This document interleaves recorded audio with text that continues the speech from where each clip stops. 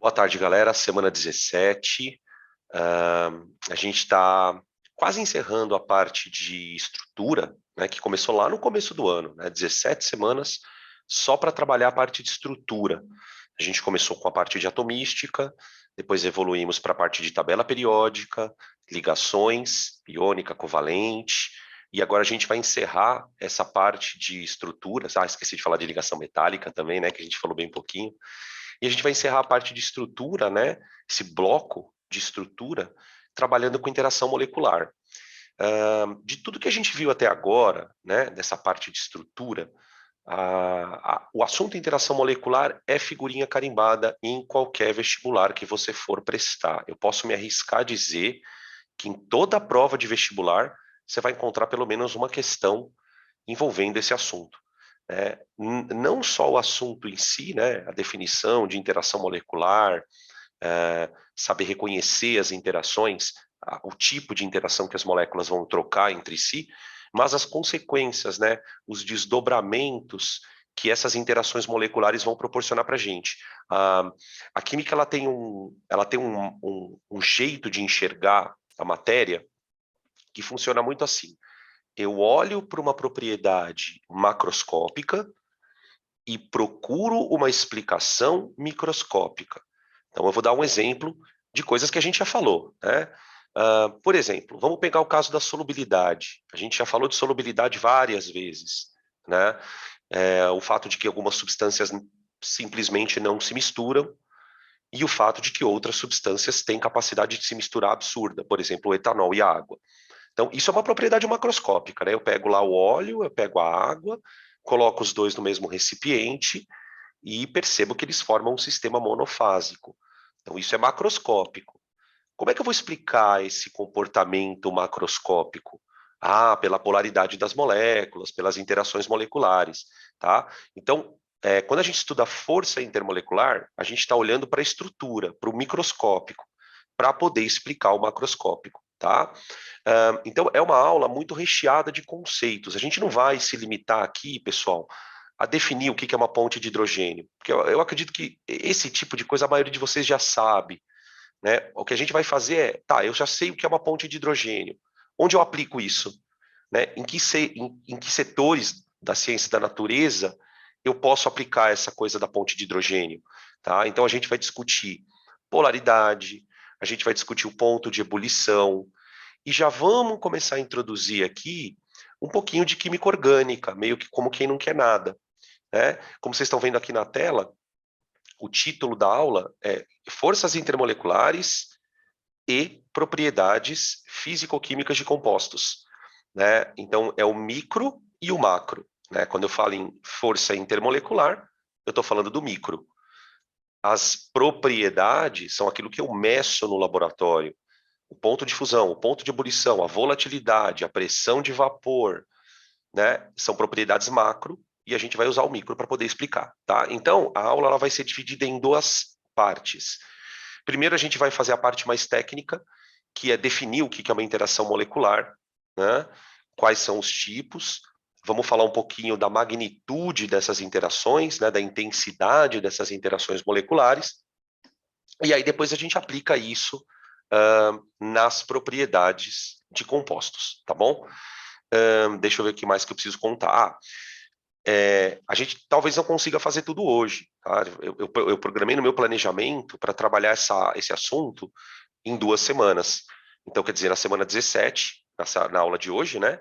E na semana 18, que é a próxima semana. Então, acho que se tudo correr bem, a gente termina na semana que vem, tá bom?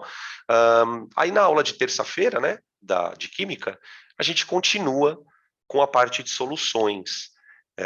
A aula de terça-feira, né, para quem for assistir a aula ao vivo, a gente vai fazer exercício, só de concentração, vamos pegar os exercícios de vestibular, né? Porque já que na aula passada a gente trabalhou com alguns modelos bem simples, questões mais simples, então essa é a programação de física para a semana, tá bom? Mais um lembrete, o simulado 4 já está disponível para vocês na plataforma, lá no Slack, tá bom? Já está com um gabarito virtual, só fazer o simulado, preencher, tá? Não deixem acumular os simulados. Esse simulado que eu coloquei agora para vocês, é o último simulado do semestre, né? A gente fecha agora, na semana do dia 8, o recesso, né? A nossa última aula, já tinha até falado na semana passada, a nossa última aula é no dia 5 de julho. Dia 5 de julho. Então, a gente não vai ter simulado mais antes das férias. Porém, em agosto, na primeira semana de agosto, a gente já começa com o simulado 5, tá bom? Então, para aqueles que ainda não fizeram os simulados, e são muitos, né? Ontem eu dei uma olhada nos gabaritos lá, pouquíssimas pessoas fizeram os primeiros simulados. Aproveitem agora nas férias para poder tirar esse atraso dos simulados, tá bom, gente? Eu costumo dizer para vocês, não adianta só estudar, não adianta, você precisa sentar em algum momento e fazer a mensuração daquilo que você está aprendendo. Né? O simulado ele é um momento importante por vários motivos, né? Não só pelo fato de você olhar aquilo que você já sabe, mas também de você se deparar com aquilo que você não sabe. Né? O simulado ele é uma oportunidade de você rever alguns pontos que precisam ser trabalhados. Né? E uma coisa que é muito importante da gente citar, eu não posso ter medo de fazer simulado, eu tenho que separar um momento ali da minha preparação para poder fazer simulado. Né? Não evitem essa exposição de cada um, né? Porque esse processo de você expor e olhar os erros é o que vai fazer você melhorar. Tá?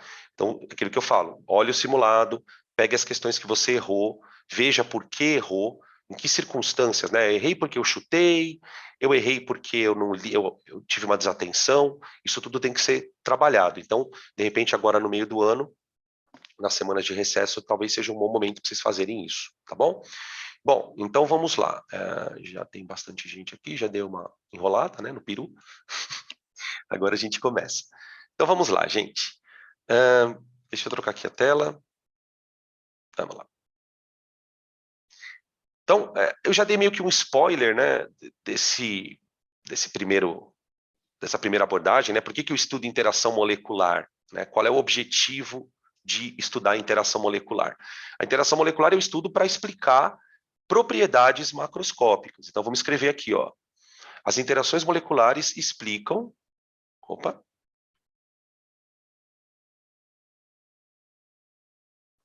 Explicam propriedades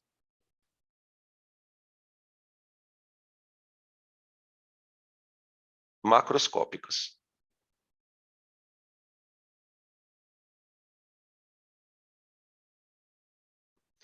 Tá? Que propriedades macroscópicas eu consigo explicar a partir das interações moleculares? Bom, a propriedade mais interessante, e talvez a mais que a gente tenha mais contato no nosso dia a dia, né, é a existência de estados físicos. Existência de estados físicos. Né? A gente, nas nossas condições de pressão e temperatura aqui no planeta, todo mundo aqui detecta, né, 3 estados físicos, que é o slide, a figura que vocês estão vendo aqui na tela está mostrando o estado sólido, o estado líquido e o estado gasoso. Né? Em geral, quando a gente fala em estado físico, né, geralmente os alunos falam assim, professor, o estado físico tem a ver com agitação molecular. Na verdade, não é só a agitação molecular que determina o estado físico, gente. Né? Eu diria que a agitação molecular ela está mais relacionada com temperatura. Temperatura média e agitação molecular. Talvez o que explique o estado físico de maneira mais consistente é a presença das forças intermoleculares. Né? Vamos lembrar, e a gente não estudou isso em física, mas já é muito claro para a ciência que a interação molecular ela é uma interação de natureza eletromagnética. Então, para você entender interação molecular, você precisa entender um pouco de eletromagnetismo.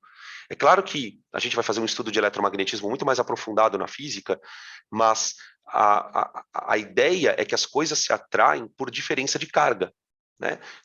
E isso é uma coisa muito interessante, porque na física a gente trabalha, né, pelo menos a teoria mais aceita da física, ela reconhece 4 tipos de forças no universo. As 4 forças básicas da física, das quais a gente no ensino médio te estuda 2.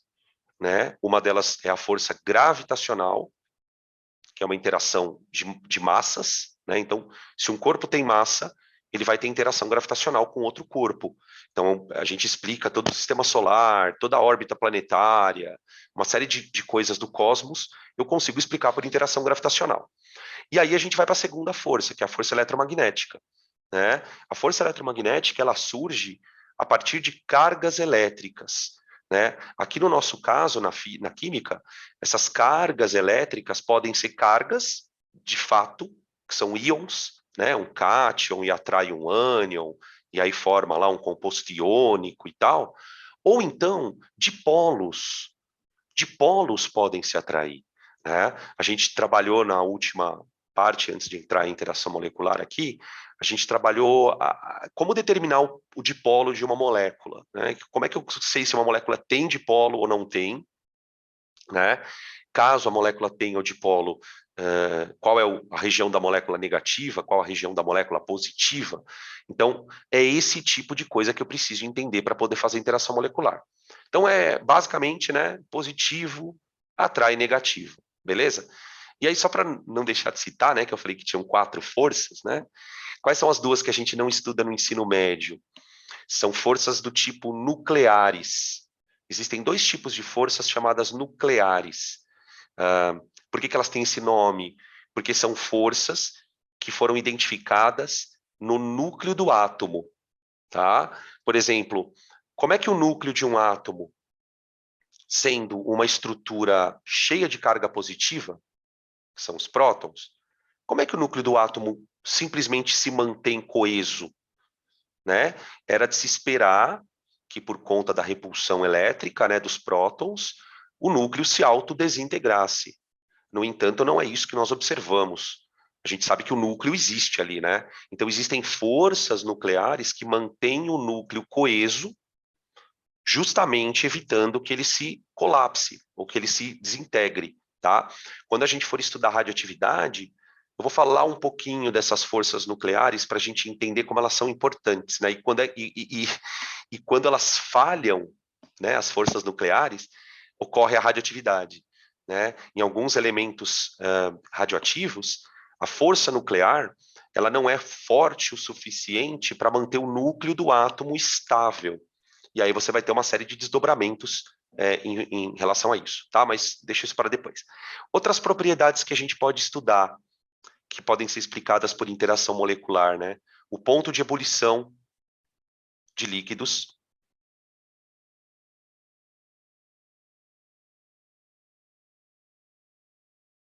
né? Tá?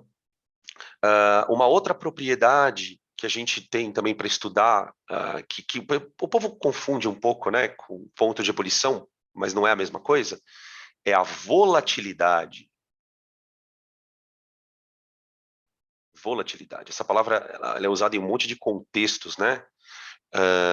A gente vai tentar definir ela de uma maneira mais precisa, né? O que é ser volátil, né? Essa propriedade ela tem a ver com aquilo que a gente vai chamar de pressão de vapor. Pressão de vapor. Tá? Eu não vou falar de pressão de vapor na aula, mas nos exercícios sim.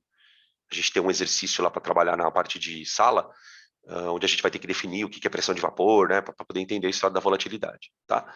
Depois a gente tem a miscibilidade.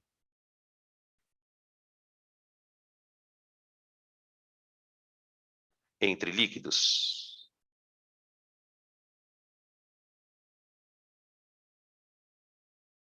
Né?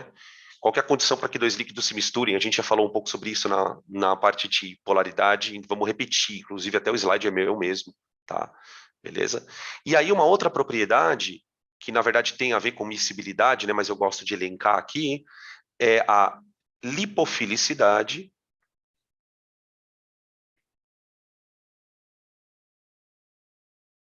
e a hidrofilicidade.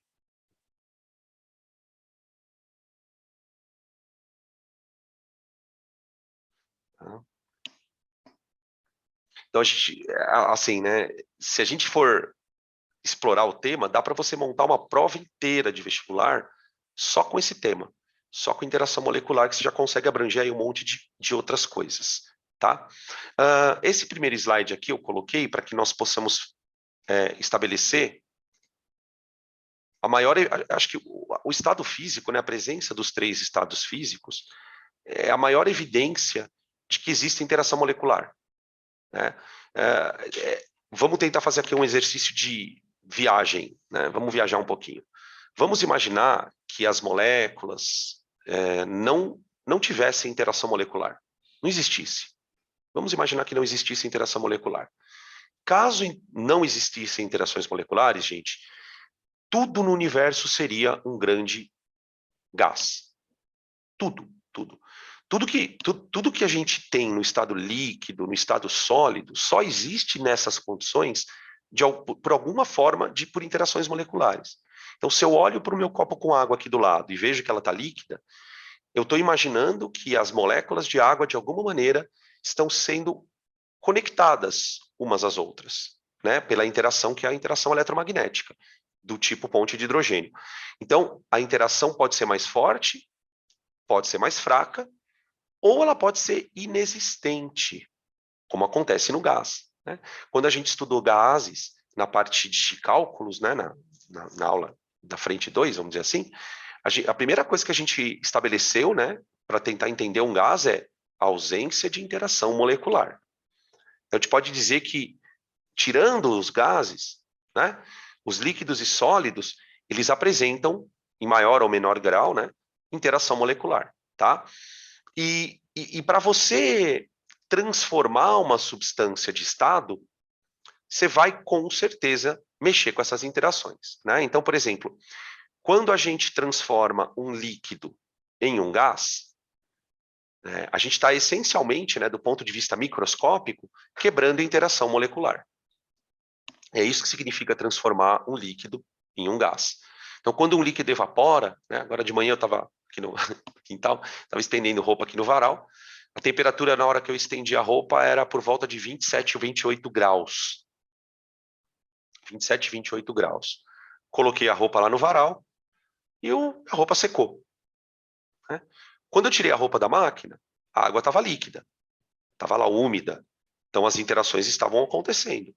Quando aquele líquido foi exposto a uma temperatura um pouquinho maior, ele recebe calor e as interações se rompem e aí o líquido evapora, tá? Então, toda vez que eu vou discutir mudança de estado, essa discussão ela passa pelas interações moleculares, tá bom? Beleza? Perguntas até aqui, podemos continuar? Podem tirar print do slide.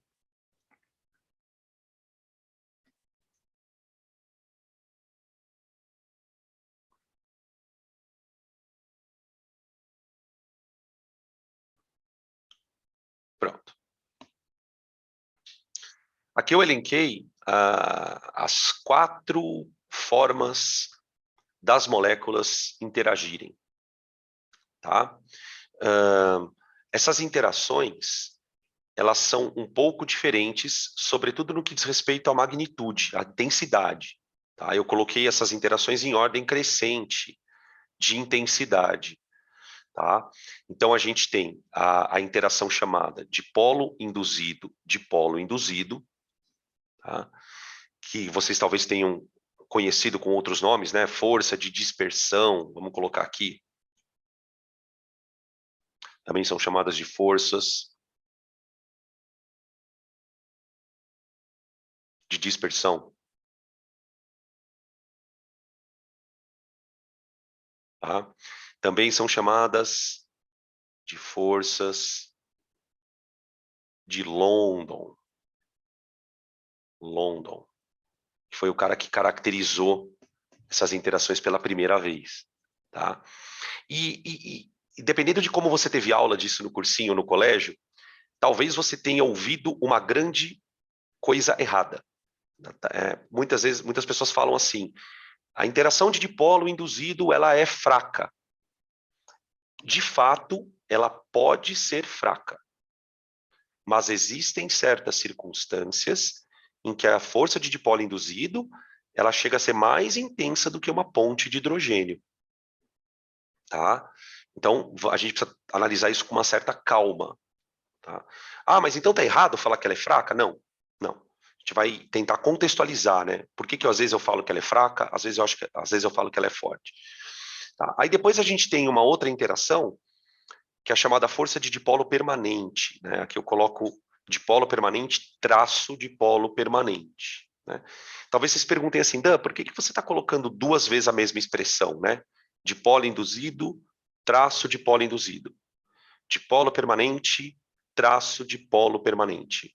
Porque, gente, se é uma interação intermolecular, parte-se da premissa de que eu tenho pelo menos duas moléculas interagindo, né? Então, quando você fala assim, força de dipolo induzido, o que a gente está querendo dizer? É que uma molécula, que nós vamos chamar de dipolo induzido, vai atrair outra molécula, que nós também vamos chamar de dipolo induzido. Então, dipolo induzido é uma molécula. Dipolo induzido, dipolo induzido. A mesma coisa vale para pontes para dipolos permanentes, né? Então, aquilo que você chama de força de dipolo permanente, na verdade, é uma interação entre dois dipolos permanentes. Então, é muito importante que nós nos atentemos às palavras, né? Por que um dipolo se chama induzido? Por que um dipolo se chama permanente? A partir do momento que você entende isso, você passa a entender por que uma é mais fraca que a outra. Simplesmente entendendo a noção de induzido e permanente. A gente vai tentar explicar isso também, tá? Depois a gente tem a terceira interação intermolecular, que é a ponte de hidrogênio, né? Aqui a gente chama de ligações de hidrogênio ou pontes de hidrogênio.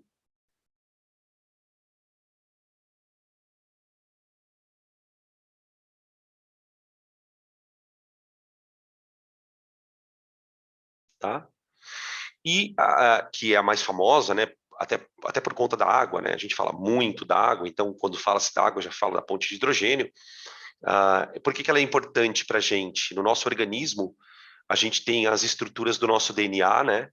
Que são mantidas naquela dupla hélice graças às interações de ponte de hidrogênio, né? A interação de ponte de hidrogênio, ela mantém toda a estrutura do DNA naquela dupla hélice que a gente conhece, que a gente ouve tanto na biologia. Tá? E tem outras coisas que a gente pode citar aqui de ponte de hidrogênio, eu vou citar algumas outras coisinhas também. E aí a gente passa para a quarta interação, que é uma interação, ela não é uma interação intermolecular, na acepção do termo. Por que não? Porque ela é uma interação entre uma molécula e um íon. Nós já falamos também dessas interações. A gente já falou em umas duas ou três oportunidades o que é uma interação íon-dipolo. E vamos falar de novo durante o ano, tá? Essas coisas a gente vai repetindo, tá? Essas interações são as que a gente tem para estudar, tá? Essa frase que está aqui colocada no finalzinho do slide, ela é muito importante, porque ela vai governar o nosso raciocínio, pelo menos a princípio. A intensidade das forças cresce, de maneira geral, com o aumento da polaridade, né? O raciocínio é muito simples, gente. Se a força intermolecular é uma força de natureza elétrica, eletromagnética, e nós sabemos que cargas de sinais opostos se atraem, certo? Até aí, tranquilo. Só que o que a gente também sabe é que quanto maiores forem as cargas, né? Então, imagina que você tem uma carga positiva atraindo uma negativa, tá? Quanto mais positiva for uma carga e mais negativa for a outra, maior vai ser a interação. Aqui eu vou chamar vocês a uma lembrança da aula passada, na qual nós fizemos um exercício onde o cara pedia para a gente dizer qual molécula era mais polar. Não sei se vocês lembram dessa questão, né? Ele comparava lá, sei lá, água com H2S, e aí a gente tinha que dizer qual que era mais polar. Por que esse exercício ele é importante? Porque é só a partir do momento que você entende isso, né, que você olha para uma molécula e consegue identificar se ela é muito polar ou pouco polar, é que você vai entender a diferença de uma ponte de hidrogênio para um dipolo permanente, né? Porque, em geral, a ponte de hidrogênio ela vem numa regrinha. Vocês vão me corrijam se eu estiver errado aí, se vocês nunca ouviram essa expressão, né? H ligado a FON. H ligado a FON. Mais uma vez. H ligado a FON, né? Quem já assistiu uma aula de cursinho, quem já assistiu uma aula de ponte de hidrogênio já ouviu essa frase, né? Agora, por que que na ponte de hidrogênio tem que ter H ligado a FON? Por que que se não for H ligado a FON não tem ponte de hidrogênio? Então, a gente precisa entender que a polaridade é que vai determinar a magnitude. Então, eu tenho dipolos induzidos, de maneira geral, são forças de intensidade baixa, em moléculas pouco polares, ou até apolares. Dipolo permanente já é uma força de intensidade moderada, né? São para moléculas de uma polaridade aí média, vamos colocar nesse termo média, né? E aí eu tenho as pontes de hidrogênio, que são para moléculas onde eu tenho um dipolo muito intenso, tá? E a interação íon-dipolo, gente, é uma interação muito forte, porque ela é uma interação entre uma carga e um dipolo, né?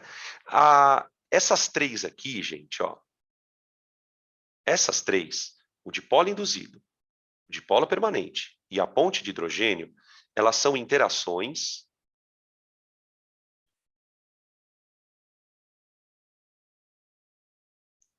entre dipolos, tá? O dipolo pode ser fraco, pode ser um dipolo induzido, mas é um dipolo, tá? E aqui a gente está usando o termo dipolo, gente, para falar de moléculas. Moléculas são dipolos, tá? A interação íon-dipolo, como o próprio nome diz, é uma interação entre um íon e um dipolo, tá? Essa interação ela é muito importante para a gente explicar a dissociação. Peraí, deixa eu escrever direito, senão na hora de estudar vocês não vão entender o que significa isso. A interação íon-dipolo, ela explica a dissociação e solvatação de íons.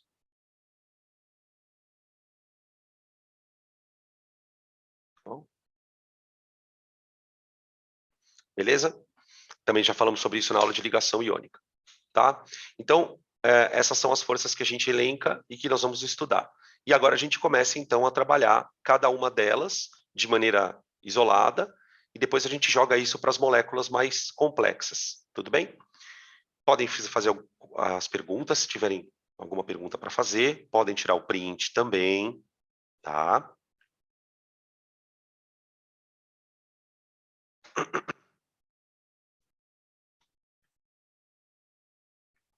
Qualquer coisa pode perguntar aqui no chat também, tá? Ah, público hoje tá bom, tá razoável. Tá razoável. Ah, tem uma pergunta aqui. Prof, e as forças de Van der Waals? Vocês já devem ter ouvido esse termo, né? Van der Waals. Força de Van der Waals é qualquer tipo de força de dipolo. Você pode, em geral, em alguns materiais de cursinho, eles associam esse nome, a força de Van der Waals, à força de dipolo permanente. Força de Van der Waals está associada à força de dipolo permanente, tá? Só um parênteses aqui, tá, gente? Mas essa definição não é muito correta. Isso são imprecisões dos materiais de cursinho. Se você for por um livro de química e procurar isso num livro de química, ele vai dizer que força de Van der Waals é qualquer força de dipolo. De dipolo. Ou seja, pode ser um dipolo induzido ou pode ser um dipolo permanente, tá? Mas nos materiais de cursinho e nos vestibulares, eles tratam a força de Van der Waals como dipolo permanente, tá? Então eu vou colocar aqui, porque perguntaram, eu vou colocar aqui o nome dela. Van der Waals. Waals. Eu não sei se é com dois L's ou com um L só, enfim, mas tá aí. Tá bom? Beleza? Beleza, vamos continuar então. Peraí.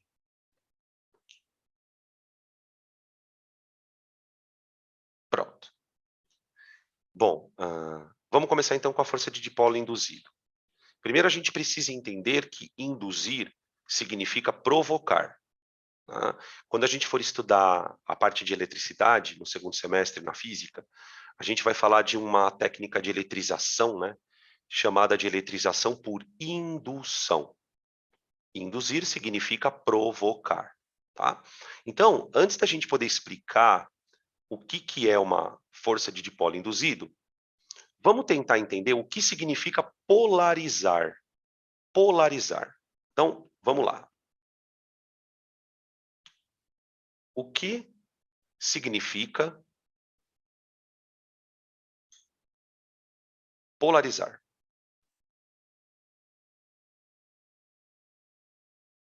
Tá. Para poder entender o que significa polarização, gente, eu preciso usar um exemplo da física, tá? Eu acho que é melhor a gente usar um exemplo na física que eu acho que é mais compreensível, e aí depois a gente vai para as moléculas.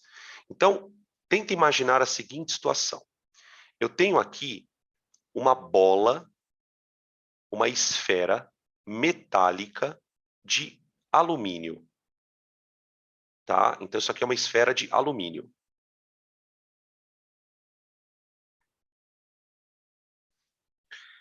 Por que eu escolhi o alumínio? Porque o alumínio é um condutor elétrico. O alumínio é um condutor de eletricidade, assim como os metais, de maneira geral, ele é um condutor de eletricidade. E por que os metais são condutores de eletricidade? Eles são condutores de eletricidade porque os elétrons, que estão na estrutura cristalina dele, né, eles têm uma certa mobilidade, né, aquilo que a gente costuma, de maneira mais informal, chamar de mar de elétrons.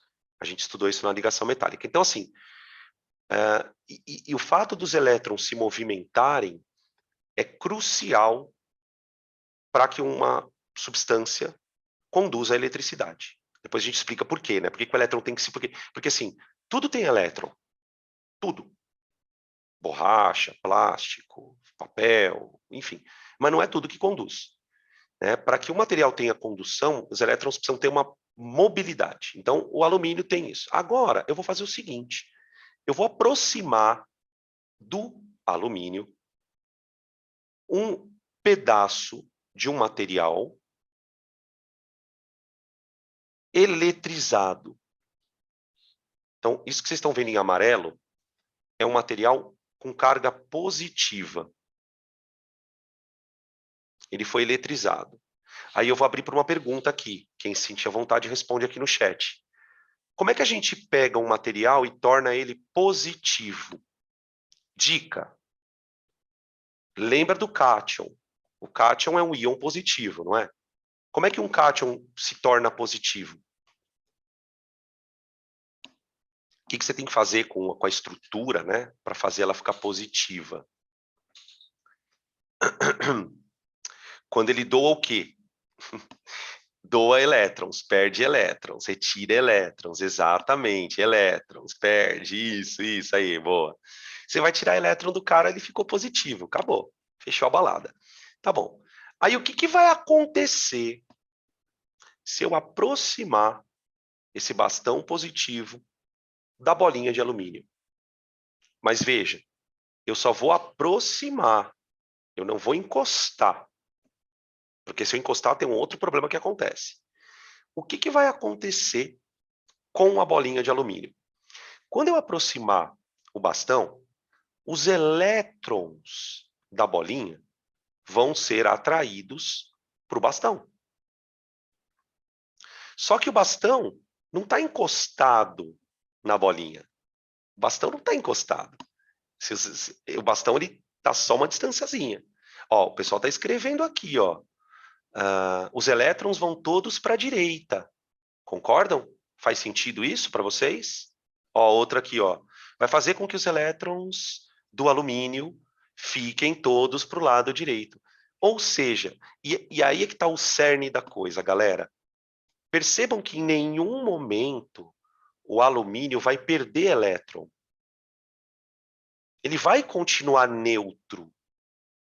É preciso que vocês entendam que uma molécula, por mais polar que ela seja, ela vai ser neutra. Polarizar é concentrar cargas. Concentrar cargas. Então, vamos desenhar isso que vocês falaram aqui, ó. Então, você vai ter um monte de elétronzinho perto do bastão, tá? E essa região aqui desse lado, ó, ela fica pobre em elétrons. Então, ela fica positiva.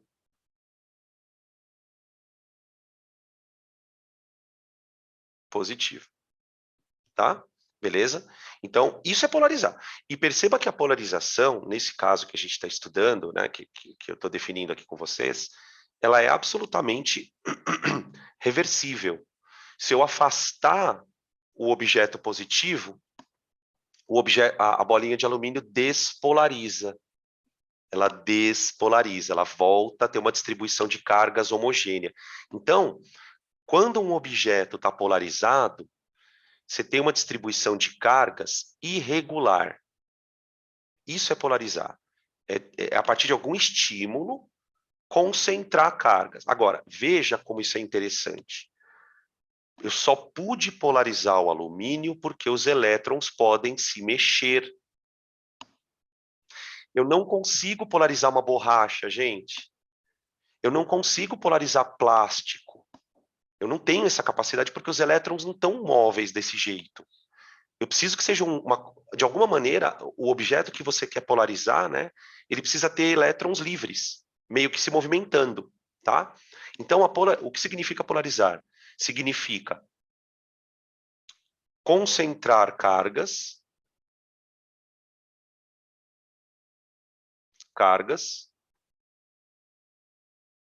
em regiões específicas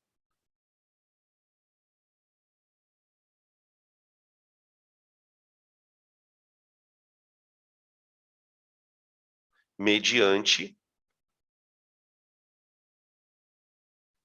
estímulos,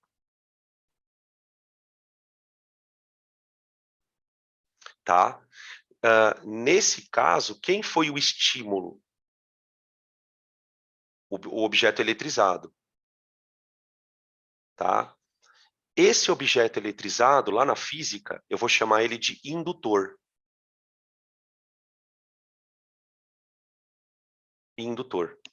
Porque é ele que provoca a polarização da bolinha de alumínio. Tá? A bolinha de alumínio, por sua vez, eu vou chamar de induzida. Ah, olha quem apareceu aqui. A palavra induzido. Ah, então, olha só. Olha só. O que é uma força de dipolo induzido? É uma força que ocorre porque um dipolo foi criado na molécula. O dipolo, ele é criado. Por isso que na aula de cursinho, o professor diz para vocês assim, a força de dipolo induzido acontece em moléculas apolares. Agora, para ouvir essa frase de maneira crítica. A força se chama de polo induzido. Dipolo induzido. Como é que uma força de dipolo é criada numa molécula apolar? Porque o dipolo é induzido. Tá, Dan, mas o que vai induzir o dipolo? Porque uma coisa é você eletrizar uma bolinha de alumínio. Polarizar, perdão, né? Uma bolinha de alumínio. Você usa lá um bastão com carga positiva, tal. Mas e nas moléculas? O que induz? O que induz o dipolo da molécula? A outra molécula. Porque o que acontece, gente? As moléculas apolares, elas têm os elétrons se movimentando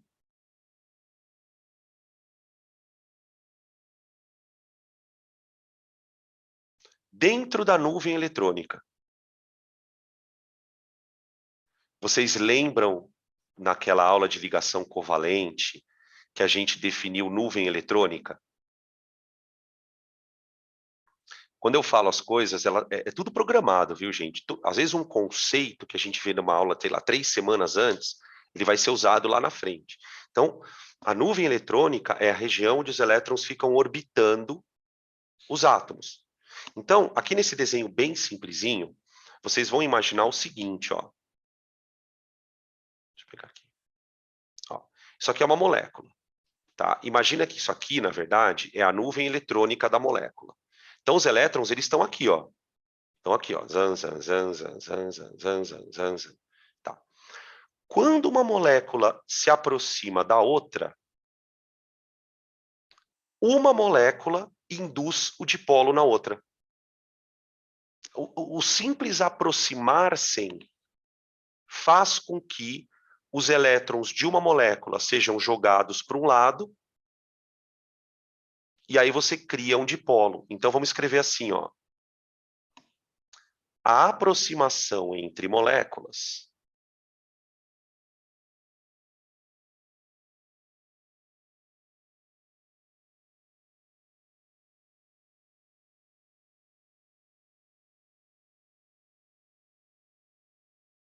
provoca o surgimento de dipolos temporários. Talvez vocês já tenham ouvido essa expressão também. Força de dipolo temporário ou força de dipolo instantâneo. Talvez esse nome venha também em apostila. Porque, gente, é a mesma coisa que a bolinha de alumínio. A bolinha de alumínio está polarizada porque a barrinha positiva está perto dela. Se eu afastar a barrinha positiva, ela despolariza. Com as moléculas apolares é a mesma coisa. Então, a gente tem uma primeira etapa que é a aproximação. Aqui. A aproximação, ela cria os dipolos. Quando os dipolos são estabelecidos, ocorre a atração entre eles. E aí você percebe, então, isso aqui, ó. Ó. Isso aqui é a interação molecular, ó. Tá? Agora, qual é a... Por que essa interação ela é conhecida como sendo uma interação fraca? Porque se essa molécula aqui, ó, se afastar da outra, um pouquinho que elas se afastem, o dipolo desaparece, tá? Então, vamos escrever aqui, ó, o afastamento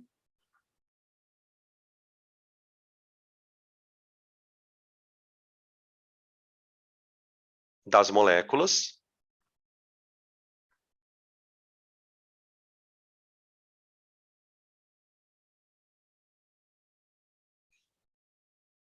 provoca o desaparecimento do dipolo.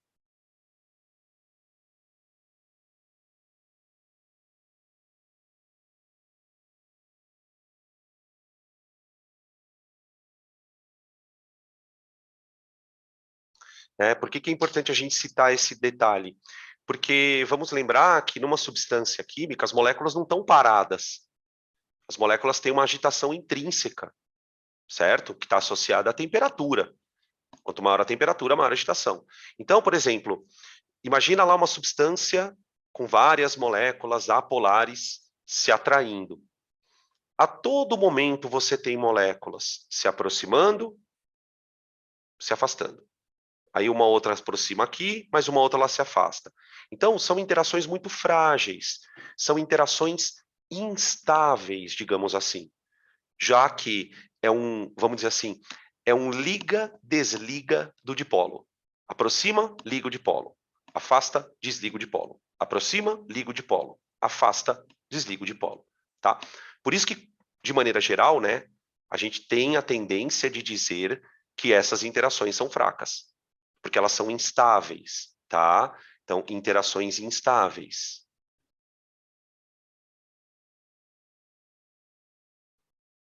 Instáveis.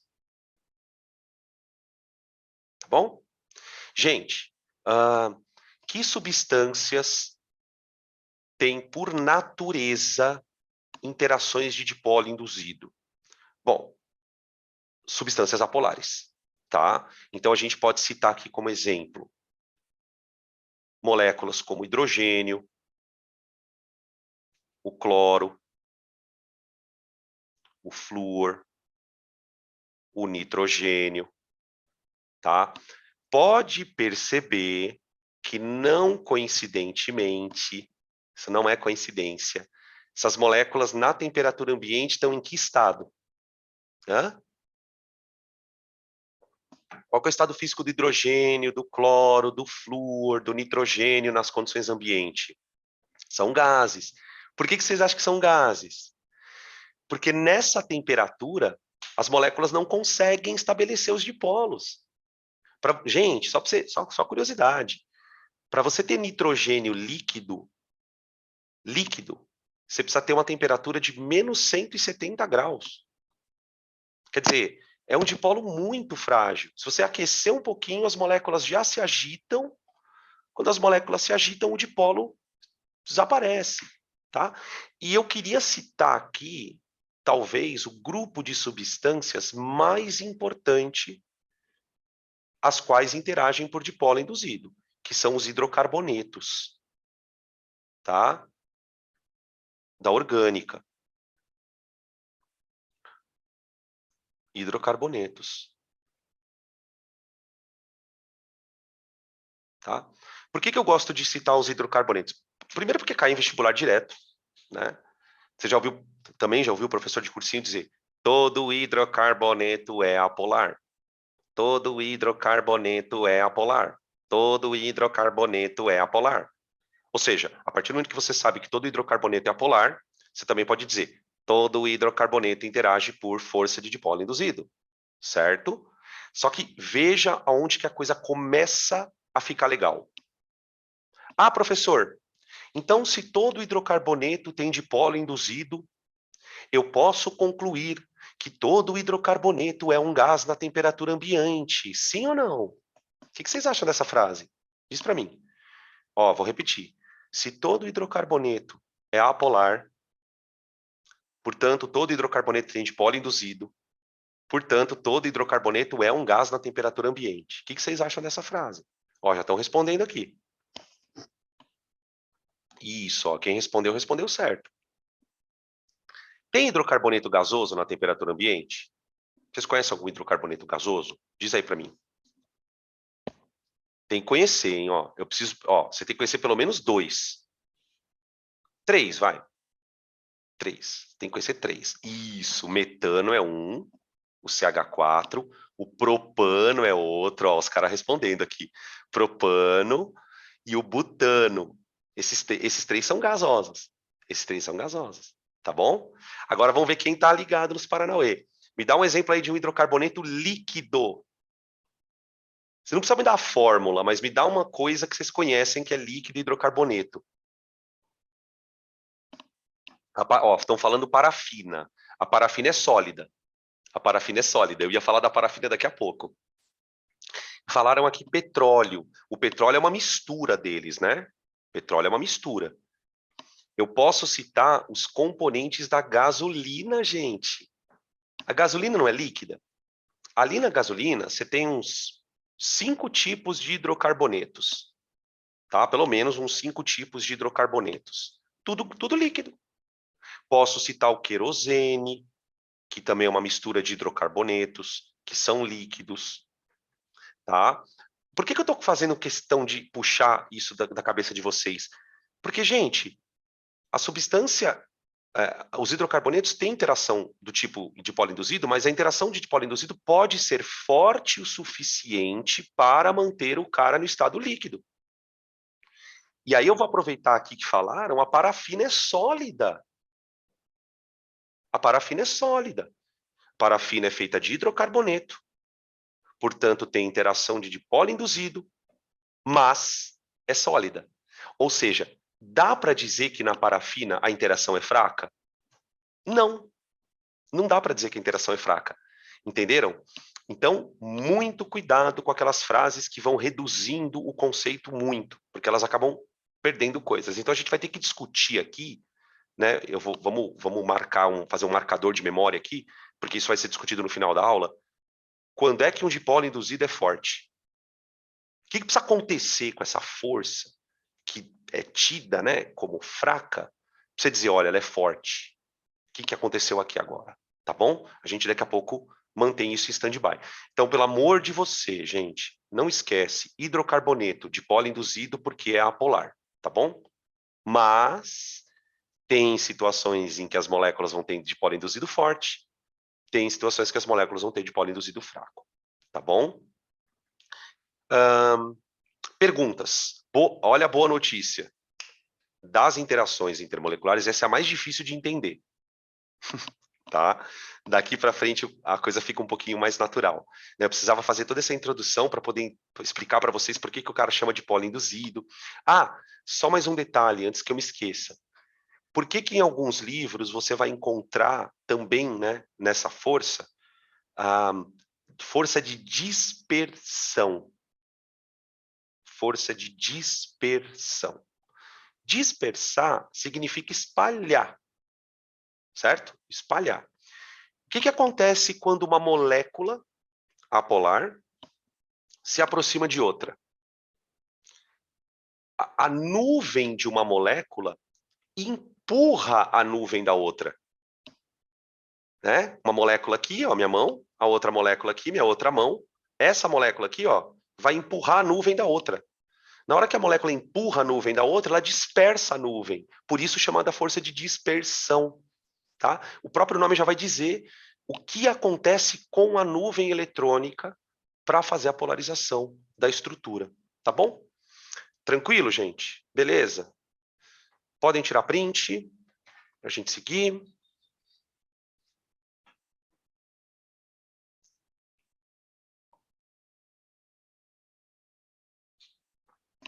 Maravilha. Gente, agora é escorregar no quiabo. Bom, depois a gente tem, além da força de dipolo induzido, a interação de polo-dipolo. Tá vendo aqui, ó, interação de polo-dipolo. Quando você lê isso aqui na prova, você vai entender que essa interação de polo-dipolo é uma interação entre dipolos permanentes. Professor, a interação de dipolo induzido também não é uma interação entre dipolos? É, só que induzidos. Tá? Quando aparece em vestibular as interações, eles fazem alguns marcadores. Né? Então, por exemplo, não vai aparecer força entre dipolos permanentes. Ele não vai escrever isso. Ele vai falar interação dipolo-dipolo. Tá? Se for dipolo induzido, ele vai ter que falar. Bom, a interação de dipolo induzido, gente, ela acontece... desculpa, dipolo permanente, né? Perdão. A interação de dipolo permanente, ela acontece quando a molécula é polar. Pronto, acabou. A molécula é polar, ou seja, ela tem um dipolo permanente. Então, vou escrever aqui, ó. Ocorre em moléculas polares. Quer dizer, você, você não precisa aproximar uma molécula para induzir o dipolo na outra. Porque o dipolo ele já existe por causa da geometria da molécula, por causa da diferença de eletronegatividade entre os átomos, tudo aquilo que a gente viu antes. Você já sabe que a molécula tem o dipolo, já sabe.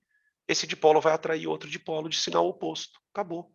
Aqui você tem o exemplo da molécula de HCl, do ácido clorídrico, tá? Que é bem famosa. Tá? Ocorrem moléculas polares que apresentam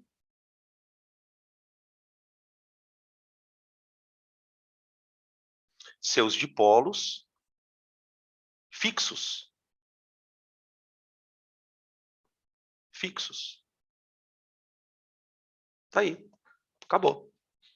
Tá? Molécula polar, dipolo permanente. Tá? Aqui eu coloquei um desenho. Peraí. Meu Deus. Aqui, ó. Coloquei um desenho, né? Tentando fazer simulando, né? As interações entre as moléculas no estado líquido, por exemplo, né? Então, imaginem que isso aqui são moléculas de HCl, também no estado líquido, e aqui você tem, ó, o polo positivo de uma estrutura atraindo o polo negativo da outra estrutura, como se fossem correntes invisíveis, né, gente? Ó, tá vendo? As moléculas vão ficando ali todas interagindo uma com a outra, e essas interações são eletrostáticas, né? Interações eletromagnéticas, tá? Beleza? Não tem muito o que falar aqui, não. É isso aqui. Ah, professor, tem alguma molécula que seja famosa, que tem dipolo permanente? Qualquer molécula polar. Você determinou que a molécula é polar? Ok, dipolo permanente. Tudo bem? Beleza? Por que que, em geral, a gente costuma dizer que essa interação ela é mais forte do que o dipolo induzido? Porque essa força não é uma força instável, né? Ela é uma força que é mantida ali porque o dipolo não desaparece, né? Lembra que a gente no slide anterior falou, olha, o dipolo ele pode, vamos dizer assim, né, ligar e desligar, podemos dizer, né? As moléculas se aproximam, o dipolo liga. As moléculas se afastam, o dipolo desliga. Aqui não. Aqui o dipolo é assim, tá? Aí, o que que eu quero que vocês entendam? Para moléculas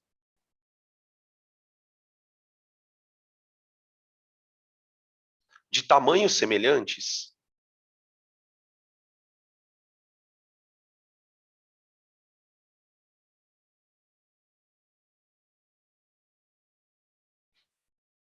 então, essa observação, né? Para moléculas de tamanhos semelhantes, as forças de dipolo permanente tendem a ser mais intensas que as forças de dipolo induzido, tá? Quando as moléculas são pequenininhas, têm um tamanho muito parecido, aí você pode dizer, olha, esse dipolo permanente é mais forte que o dipolo induzido, tá? O problema é que a força de dipolo induzido, ela vai crescendo com o tamanho da estrutura. Por isso que você tem hidrocarboneto de tudo quanto é estado físico, né? Eu puxei aqui da cabeça de vocês e veio um monte de exemplos, né? Você tem hidrocarboneto gasoso, hidrocarboneto líquido. Por quê? O dipolo permanente, o dipolo induzido, ele é muito variado a partir do tamanho.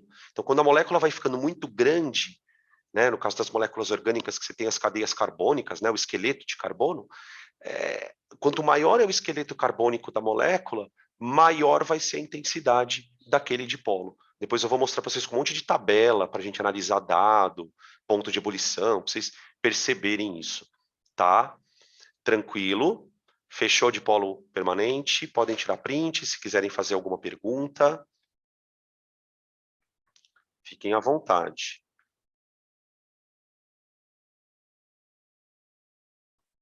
Maravilha. Então vamos continuar. E aí, nós chegamos na nossa querida ponte de hidrogênio. Gente, a ponte de hidrogênio, ela é um caso particular de dipolo permanente, tá? Mas, por favor, não escrevam isso em lugar nenhum. Filho da mãe, né? O cara fala o negócio e fala, não, mas não conta pra ninguém que eu tô te falando isso. Porque, obviamente, né, gente, a gente vai chamar de ponte de hidrogênio. Mas você precisa entender isso, porque a ponte de hidrogênio, ela não tem nada de especial em relação ao dipolo permanente, exceto o fato de que ela é muito mais forte. E aí, se você tem essa perspectiva, você vai entender a história do H ligado a FON, né? Por que que para uma molécula ter ponte de hidrogênio, ela precisa ter H ligado a FON? Então, vamos lá. Eu coloquei aqui na foto as moléculas de água, né? Você tem 3 moléculas de água interagindo por ligação de hidrogênio, né? A ponte de hidrogênio, tá? E você vê que o desenho é idêntico a esse aqui, ó. Tá aqui. Molécula polar, positivo atraindo negativo. Molécula polar, positivo atraindo negativo. Só que a gente precisa se concentrar nessa expressão aqui, ó. O que é um dipolo muito intenso? Né? Qual é o limite para você dizer que um dipolo é forte ou muito forte, né? Porque essa palavra muito, ela te dá uma noção qualitativa. Ah, é mais intenso, é menos. Mas qual é o limite? Então vamos lembrar que dipolos são criados por diferença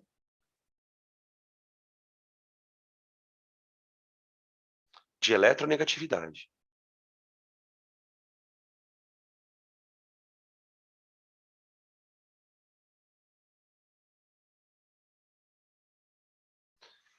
Dipolos são criados por diferença de eletronegatividade, tá bom?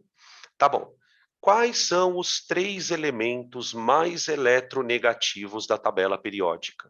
Por favor. Quais são os 3 elementos mais eletronegativos da tabela periódica? Fon, exatamente. Flúor, eletronegatividade 4,0. Tá? Fon, todo mundo. O Fon. Exato, o póprio. Esse número 4 que está do lado do flúor, gente, está embaixo do flúor, é a eletronegatividade dele, tá? O oxigênio, 3,8. E o nitrogênio, 3,6. Tá? Professor, da onde você tirou esses números? Eu tirei da definição de eletronegatividade que a gente viu na aula de tabela periódica. Se você voltar lá na aula de tabela periódica, quando a gente for explicar o que era eletronegatividade, eu falei para vocês, falei, galera, o Linus Pauling, ele atribuiu a cada elemento um valor de eletronegatividade. Ele mediu essa eletronegatividade, ele criou uma forma de medir, né? Ele criou essa grandeza e ali ele estabeleceu. Tá. Dos elementos, presta atenção agora, dos elementos que fazem ligação covalente, quem é o menos eletronegativo? Dos elementos que fazem ligação covalente, quem é o menos eletronegativo? É o hidrogênio.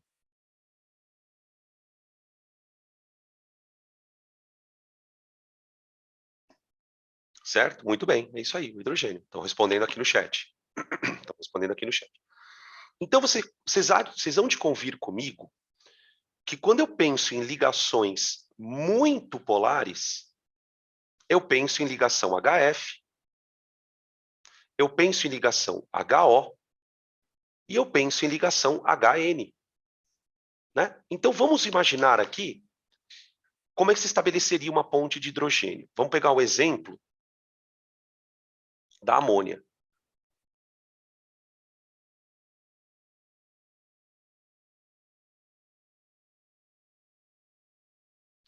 Tá, amônia. A amônia, ela tem a estrutura NH3. Eu vou desenhar a geometria dela, tá? Bem bonitinho. Geometria da amônia piramidal, não é? Então, ó, eu tenho nitrogênio.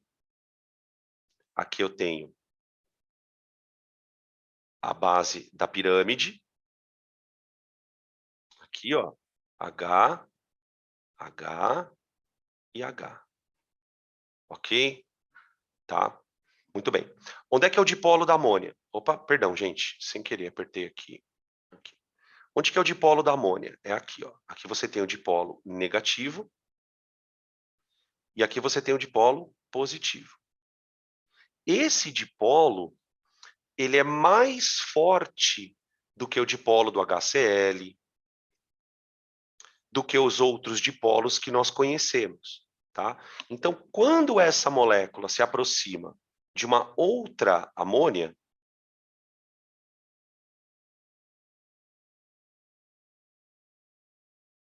aqui você tem a outra amônia, ó, também piramidal.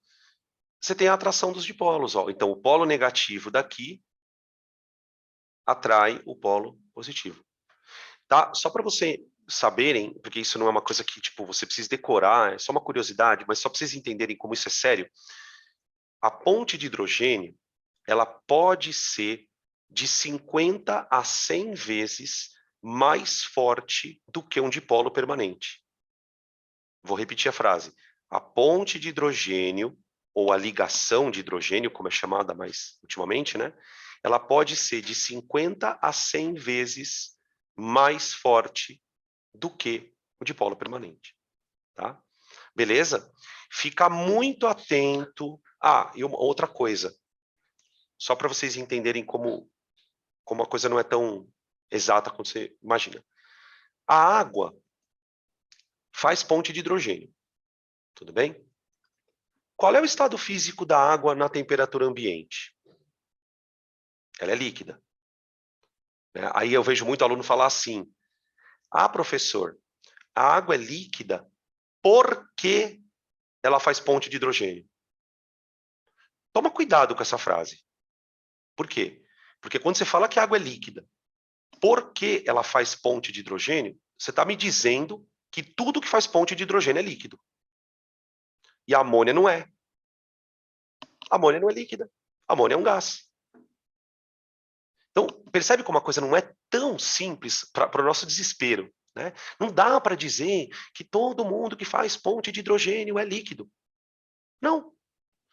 A água, ela é líquida. Isso tem a ver com a ponte de hidrogênio? Tem.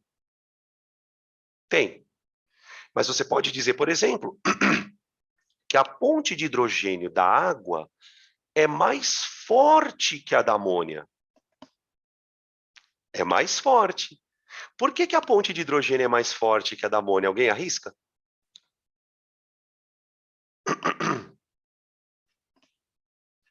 Deixa eu colocar aqui, deixa eu escrever. Enquanto vocês vão escrevendo, eu vou escrever uns negócios aqui.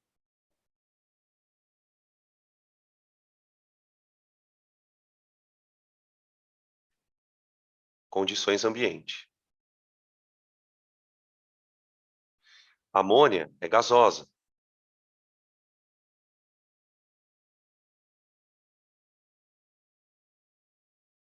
Espera que estão escrevendo aqui. Deixa eu ler aqui. Ah, lá, lá, lá, lá. Ó, olha que resposta louca. Ó, tem um monte de resposta aqui.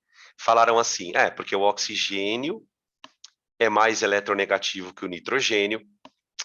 Verdade, tá certo. A outra foi a mesma resposta. Aí veio uma aqui que é bem legal também, ó. Porque tem uma diferença de eletronegatividade maior, né? A diferença de eletronegatividade OH, ela é maior do que a diferença de eletronegatividade NH.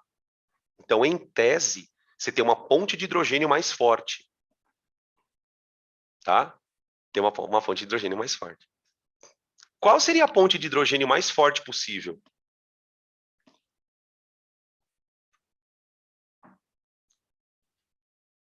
Dentro dessa perspectiva, qual seria a ponte de hidrogênio mais forte possível? Se a gente pensar na diferença de eletronegatividade. Isso, com flúor. Só que agora, pasmem. Senta aí, está sentado, né? Vocês estão sentados aí, né? O HF é gasoso na temperatura ambiente. O HF é gasoso na temperatura ambiente. Agora é o momento que vocês pelo menos escrevam assim, nossa, parece meio contraditório, né? Os caras escrevendo, botaram uma cara de palhaço aqui. Professor, você está achando que eu sou palhaço? Pois é, cara. Aí você fala, mas espera aí, professor, e por que o HF é gasoso? O HF é gasoso porque ele tem uma outra questão. Ele é uma molécula muito pequena. A molécula de HF é muito pequenininha. Então, para moléculas pequenas, a ponte de hidrogênio acaba não sendo tão forte. Porque nós vamos descobrir que essas interações elas têm muita relação com o tamanho da molécula. Então, não adianta de nada o átomo ser muito eletronegativo, mas a molécula que ele faz parte é muito pequena, e por ela ser uma molécula muito pequena, ela acaba não conseguindo interagir com muita intensidade. Percebem que à medida que você vai mergulhando no assunto, ele vai tendo alguns detalhezinhos, né? Tá?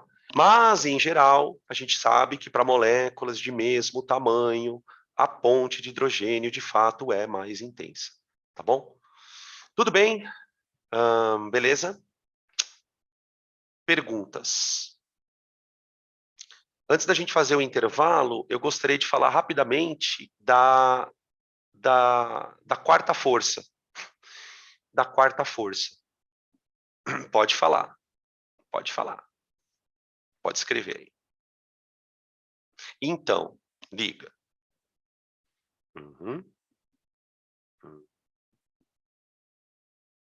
Sim, sim. Ah, aham, aham, exatamente. Porque tem uma questão aí, porque a pergunta dela foi a seguinte, ó, fizeram uma pergunta aqui, Dan, peraí, deixa eu ver se eu entendi. Então, a ponte de hidrogênio OH, ela acaba ficando mais intensa do que a do HF? Sim, sim. Até porque tem um detalhe aqui que a gente não se atenta, e eu vou chamar a atenção de vocês. Só tem uma molécula com flúor que faz ponte de hidrogênio. Só uma, que é o HF. Por quê? Porque o flúor só faz uma ligação. O flúor só faz uma ligação. Então, a partir do momento que ele se... Ah, professor, mas não tem nenhuma outra molécula com flúor que faça ponte de hidrogênio? Não. Porque para fazer a ponte de hidrogênio, tem que ter o hidrogênio e o flúor. Então, se o flúor só faz uma ligação, só a única molécula representante da ponte de hidrogênio com flúor é o HF. E aí, então, ela cai nesse caso de que ela é pequenininha, tá? Peraí, traduz essa onomatopeia aqui que eu não entendi. Putz grila. Tá parecendo o Cristiano Ronaldo? Sim, né? Mas você entendeu, né? Você entendeu. Tudo certo? Tranquilo? Tá. Então, assim, né? Vamos lá, eu vou tentar ser mais direto no que eu tô tentando falar. Esquece o HF, tá? Porque o HF é um caso isolado. Tipo, quando que a ponte de hidrogênio se torna importante? Quando a gente fala de oxigênio e nitrogênio, tá? Aí, atenção. Olha o carro da pamonha. Atenção. Quem são as moléculas famosas que interagem por pontes de hidrogênio, né? Além da água e da amônia, né, gente? Vamos falar de outras moléculas. Moléculas da orgânica. Eu tenho álcoois, ácidos carboxílicos,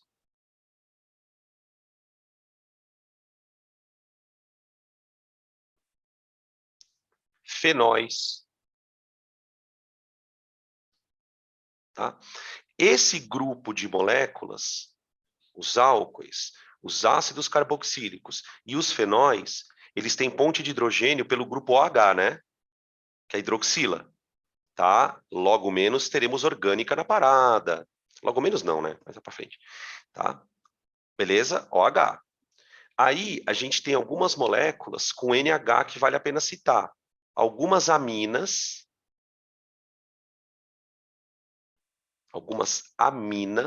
que a gente vai definir depois o que é amina, e algumas amidas. Amidas, né? São moléculas que interagem por pontes de hidrogênio por causa do grupo NH, né? A gente pode fazer uma ponte aqui com a biologia, né? E falar das bases nitrogenadas. Se você olhar para... Depois a gente vai pegar a estrutura do DNA, da dupla hélice do DNA, e vamos ver onde acontece a ponte de hidrogênio entre as bases púricas, que é a adenina e a guanina, e as bases pirimídicas, tá? Peraí, deixa eu ver se eu consigo. Da onde você tirou essa ideia, sua louca? Da onde você... Tô tentando correlacionar aqui. Porque a osmolaridade... Eu vou compartilhar a dúvida com vocês aqui para tentar entender aqui. Na verdade, não é que está errado. Vamos lá, eu vou ler a frase aqui, porque daí a gente discute aqui juntos, tá? Ó, a frase que veio aqui é a seguinte, ó.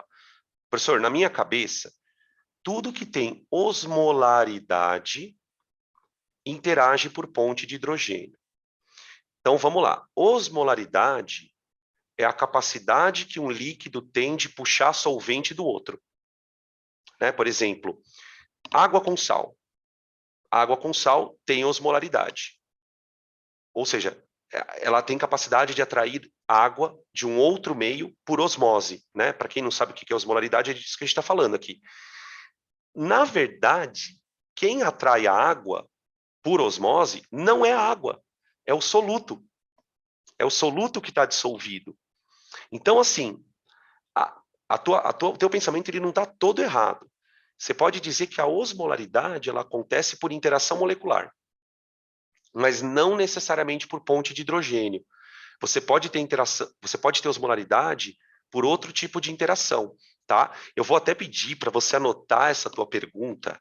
Anota aí no teu caderno essa tua pergunta, porque quando a gente for entrar em propriedade coligativa, eu preciso que você faça essa pergunta de novo para mim, tá? Porque daí eu vou te explicar direitinho que você pode ter osmolaridade por interação íon-dipolo, você pode ter osmolaridade por ponte de hidrogênio, isso vai depender muito de quem é o soluto. Por exemplo, se for água com sal, a osmolaridade acontece por interação íon-dipolo, já não é mais por ponte de hidrogênio. Se for água com açúcar, aí ela atrai o solvente por ponte de hidrogênio. Aí você pode dizer que é ponte de hidrogênio, tá? Ficou claro isso? Mas eu vou te pedir para você anotar essa pergunta no teu caderno, por gentileza, porque na aula de propriedade coligativa a gente vai fazer de novo. Talvez eu lembre, mas se eu não lembrar também se me lembra, tá? Tudo bem? Perguntas, crianças? Podem tirar print. Eu ia falar da interação dipolo, mas eu vou fazer um intervalo, gente. Já são quase 4 horas, né? Faltam 10 para as 4. A gente para um pouquinho, então, 10 minutos, tá? 10, 15 minutinhos, e aí na volta a gente dá continuidade. Eu vou falar mais algumas coisas da ponte de hidrogênio na volta, e aí a gente entra no dipolo, no íon dipolo, tá bom? Então, em 10 minutos a gente volta, gente. Já chamo vocês aí, tá bom? Beijos. Voltamos.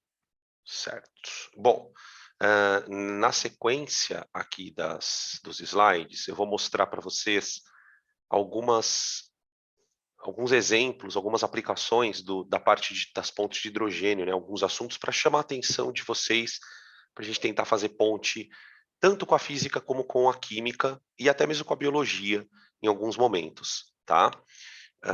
Vamos lá, deixa eu trocar aqui. Aqui. Olha só. Aqui a gente tem as interações entre bases nitrogenadas no DNA, né? Lembrar que a estrutura do DNA ela é uma estrutura bem complexa, né? Ela não é o DNA não é feito apenas de base nitrogenada, né? Existe lá uma estrutura no DNA, né? Que a gente chama de pentose, né? Que pode ser a ribose ou a desoxirribose, né? Que é o que vai fazer diferença no DNA e no RNA, que está associada ali com as bases nitrogenadas e um grupo fosfato também. Aqui a gente tem a base adenina, ou um pedacinho da estrutura, né, aqui do DNA. Então você imagina que isso aqui, ó, essa parte, deixa eu pegar o laser que fica mais confortável de apontar. Então, ó, imagina que essa região aqui, ó, na vertical, seja uma fita de DNA, tá bom? E essa outra parte aqui, ó, seja uma outra fita de DNA. Para que essas fitas sejam mantidas associadas, né, que isso faz parte da função, para que o DNA exerça a função dele, ele precisa estar com essas fitas, vamos dizer assim, unidas, né, para formar a estrutura de dupla hélice. Você tem as associações entre as bases nitrogenadas. E lá na biologia, você aprende que as bases elas são pareadas, né? Então, a base adenina, ela pareia com a timina. E a guanina pareia com a citosina no DNA ou com a uracila no RNA. E por que esse pareamento ele é específico? Né? De onde vem essa especificidade? Né? Por que o A pareia com o T? Por que o G pareia com o C? Né? Justamente por conta da estrutura da molécula. Então, se você observar aqui na adenina, ó, aqui você tem um grupo NH, tá vendo? Ó, o grupo NH. Então, você imagina que isso aqui, ó, é um polo negativo e aqui é um polo positivo, tá? E do outro lado, você tem a timina com oxigênio fazendo uma dupla aqui, tá vendo? Ó? Então, o que acontece? Esse oxigênio aqui, ele é um polo negativo bem intenso da molécula. A outra molécula tem o grupo NH, tá vendo? Ó? A outra molécula tem o grupo NH. E a ponte de hidrogênio está aqui. O que a gente percebe nesse slide que eu acho interessante de fazer um comentário? A gente aprende que a ponte de hidrogênio acontece quando eu tenho H ligado a FON. Mas eu não preciso ter H ligado a FON nas duas moléculas que vão interagir. Né? Você vê que na molécula da esquerda eu tenho na adenina, na parte superior ali. E na timina não. Agora, se você vier aqui embaixo, ó, na outra ponte de hidrogênio, ó, aqui você já vê que o NH está na timina e não na adenina. Tá? Então, entendam isso. Eu não preciso ter H ligado a FON nas duas. Basta que uma tenha, que você já interage por ponte de hidrogênio. Tá? Agora, no segundo tipo de pareamento, né, da guanina com a citosina, você tem 3 sítios. A gente chama de sítio. Né, o lugar onde vai acontecer a ponte de hidrogênio, eu vou chamar de sítio. Então, eu tenho 3 sítios de interação de ponte de hidrogênio. Um aqui, ó, um outro aqui embaixo e outro aqui embaixo. Né? Então, assim, toda vez que eu falo sobre esse assunto, eu fico um pouco emocionado, assim, emocionado no sentido de que, como a natureza ela é linda, né? Imaginem a evolução bioquímica que aconteceu ao longo dos anos e anos e anos para surgir a vida na Terra, né? Para surgir a vida na Terra. Como que isso teve que evoluir? Como que essas moléculas foram produzidas e criadas e encaixadas de um jeito muito específico, tá? Para chegar no que a gente tem hoje, que são as formas de vida. Então, assim, embora quando a gente estuda evolução, né? Eu me lembro quando eu estudava evolução na escola, a evolução, quando você começa a estudar, ela parece ser uma coisa meio aleatória, né? Quer dizer, vai acontecendo lá uma série de mutações e não sei o quê, e aí o mais adaptado acaba levando vantagem, mas no fundo, é uma aleatoriedade que conduz a situações muito específicas, né? A ponto da gente perceber que a especificidade aqui no caso do pareamento da base acontece pelo número de pontos de hidrogênio. Então, adenina com timina, 2 pontos. Guanina com citosina, 3 pontes de hidrogênio. Tudo bem? Beleza? E aí, óbvio, né, no processo de duplicação do DNA, na hora da divisão da célula, as fitas se separam, né? E há uma cópia de cada fita com a sua complementar, tá? E daí, essa parte vocês sabem até melhor do que eu. Tudo bem? Posso trocar? Tirar print? Se quiserem tirar print, fiquem à vontade. Tá.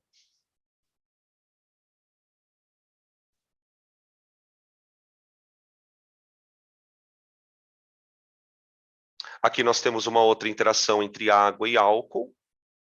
Né? A interação entre água e álcool ela é uma interação muito favorável, né? Uma interação do tipo ponte de hidrogênio. Né? E eu gosto de citar essa interação porque o álcool etílico, né, o etanol, ele tem uma solubilidade infinita na água. Você pode misturar qualquer proporção de água com etanol, que você vai obter um sistema homogêneo, um sistema de uma única fase, ou seja, eles são 2 líquidos completamente miscíveis. Então, essa miscibilidade acontece por causa da semelhança entre as forças. Então, aqui eu vou colocar aquela frase bem famosa, né? Ó, semelhante. Ai, perdão. Ó, Ai, gente, peraí, deu uma bugada aqui no... Aqui.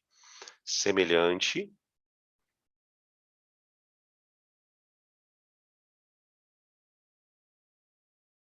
Dissolve. Semelhante.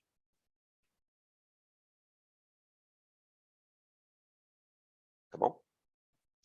Beleza? Notar que no etanol, além do grupo OH, né, que a gente observa aqui, a hidroxila do álcool, né, a gente tem uma cadeia carbônica, tá? Essa cadeia carbônica, ela não interage com a água. Ela não interage com a água. A cadeia carbônica,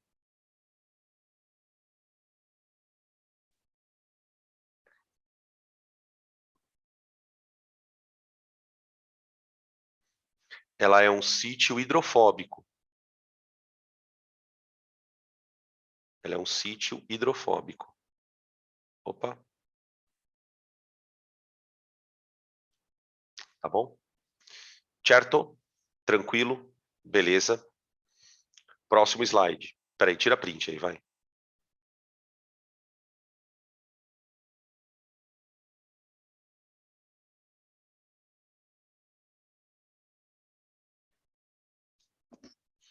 Aqui eu tenho uma outra foto bem legal, um desenho, né, um esquema, evidentemente não é uma foto, que explica por que que o gelo é menos denso do que a água, né? Quando a água vai congelar, a explicação para isso está na ponte de hidrogênio, tá? O que que isso tem a ver com a aula, né? Por que que o gelo é menos denso que a água do nada? Porque o que que acontece? Quando o gelo vai solidificar, quando a água vai solidificar, ela vai assumir um formato de cristal. Então o gelo ele é um cristal, tá? É uma estrutura tridimensional, ela tem um formato hexagonal, né? A célula do cristal, né? Que é a unidade que dá forma para o cristal, ela é formada por um hexágono, e nesse hexágono você tem uma série de espaços vazios aqui, tá vendo? Ó? Tá? A gente consegue ver isso até olho nu, dependendo de como você congela a água. Se você pegar um cubo de gelo na tua casa, depois da aula você vai lá no congelador, pega um cubo de gelo e olha bem dentro dele, você vai ver umas estrias lá dentro, uns risquinhos assim, tá? Esses risquinhos que você enxerga são espaços vazios que é onde formados pelo processo de cristalização. Então, por que que o gelo ele boia na água, né?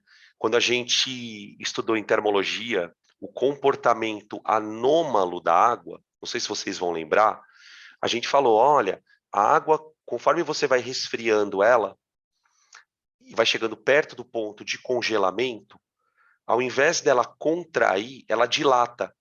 Quando ela estiver próxima do congelamento, ela dilata. Essa dilatação que a água sofre ao congelar, ela acontece porque as pontes de hidrogênio do sólido são diferentes das pontes de hidrogênio no líquido. Quando a água está no estado líquido e as moléculas têm mais mobilidade, você tem mais pontes de hidrogênio, o que faz com que as moléculas fiquem mais unidas. A partir do momento que a água começa a assumir a forma de cristal, ou seja, ela vai modificar a sua estrutura, ela abre esses espaços vazios por conta dessas novas pontes de hidrogênio, tá? E esses espaços vazios acabam deixando aquela quantidade de água com volume maior, né? Por isso que a água acaba dilatando no processo, tá bom? Beleza? Então, fazer uma ponte aqui com a física. Podem tirar print.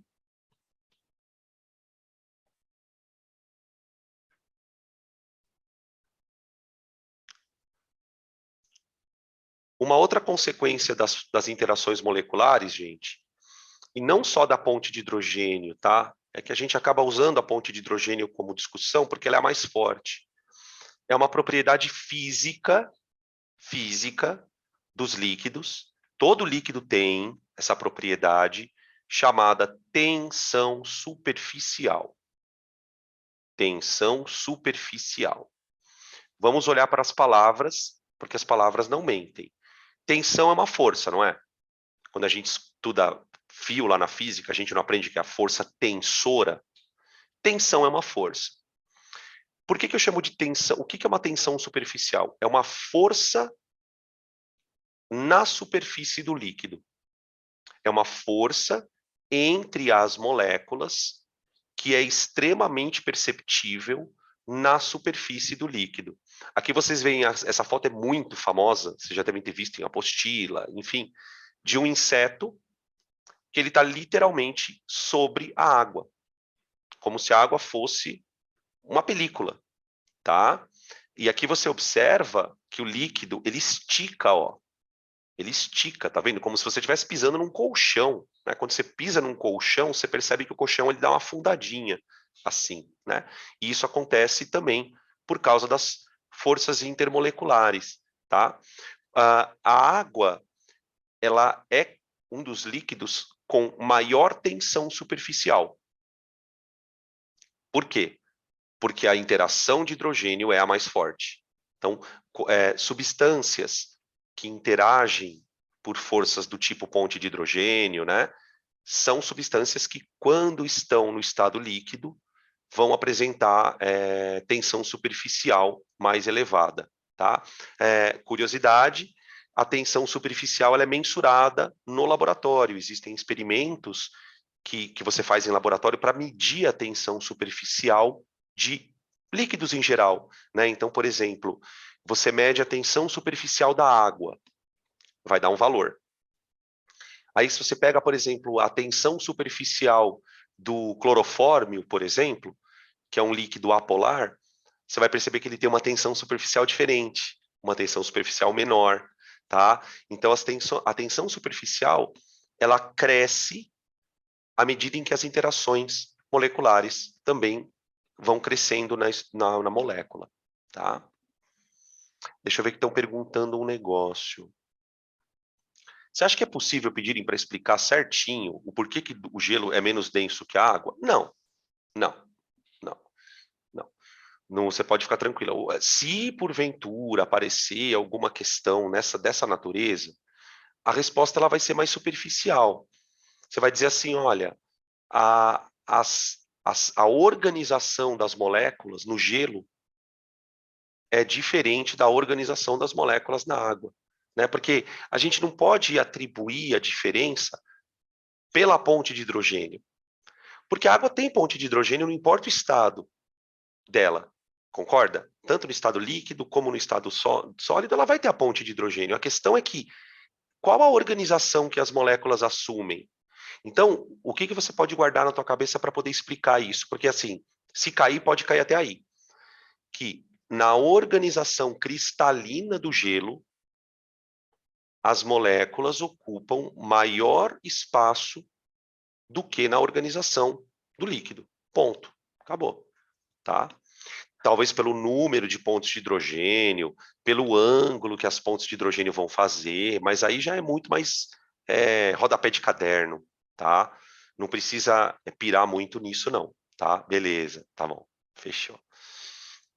Aqui tem uma outra foto, um outro esqueminha, né? Para a gente tentar imaginar como seria essa tensão superficial em nível microscópico, tá? Então aqui você tem a patinha do inseto, ó, tá? Tirei de um livro essa foto, tá?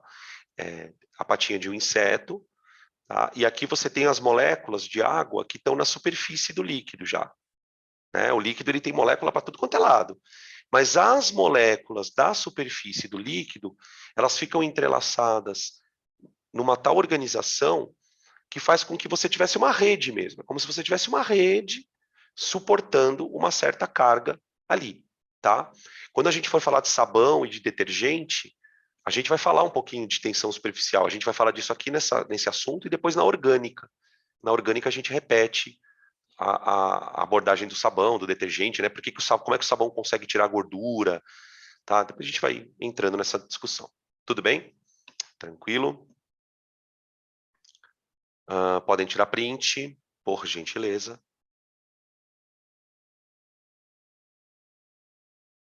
Deixa eu ver se tem mais alguma coisa aqui para falar.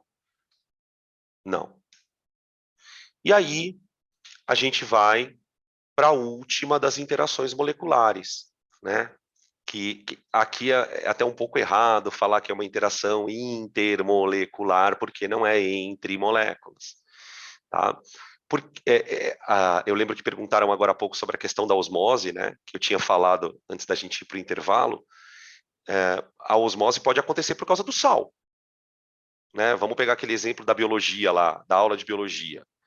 Por que que a salada, quando você tempera, dá meia hora, 40 minutos e o alface está murcho, né? A gente, por exemplo, aqui em casa, quando a gente vai fazer salada, a gente sempre tempera na hora ali, a gente não põe na geladeira com ela temperada, porque depois que você deixa temperada ali meia hora, o alface vira um papel, né? Ele perde aquela crocância dele. É a osmose. Só que nesse caso, é o sal que está puxando a água, tá? A interação íon-dipolo, gente, ela é mais forte que a ponte de hidrogênio, tá? Por quê? Porque ela é uma interação entre um íon e um dipolo. Então, o que que acontece nessa interação? Você tem uma molécula, você tem um íon, então vamos imaginar que isso aqui seja um cátion, tá? Gente, cátion é uma partícula que tem carga. E aqui você vai ter, por exemplo, uma molécula polar. Então, aqui você teria o polo negativo, que é a região mais gordinha da molécula, né? Que é onde os elétrons ficam mais tempo, né? Então, você tem o polo negativo, e aqui você tem o polo positivo, tá? E a interação molecular, ela acontece aqui, ó. Ah, peraí, aqui deixa eu fazer uma coisa que eu desenhei errado. Vamos colocar um ânion aqui, vai. Aqui, um ânion, perdão. Então, a parte negativa, desculpa, a parte positiva da molécula vai atrair o ânion.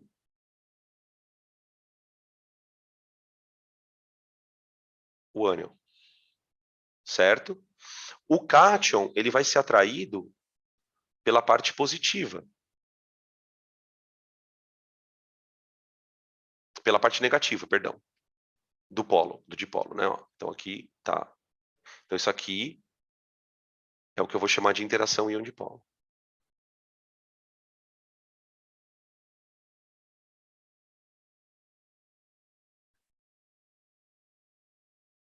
Né? Onde que acontece muito interação íon-dipolo? Em soluções iônicas.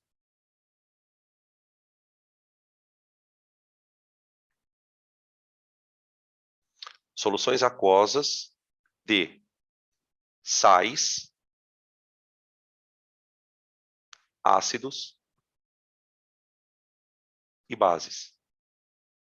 Quer dizer, tudo que libera íon na água, né? Tudo que libera íon na água vai fazer esse processo graças às interações de íons dipolo, tá? A gente pode citar aqui, gente, algumas propriedades que são consequências disso, né? Por exemplo, consequências.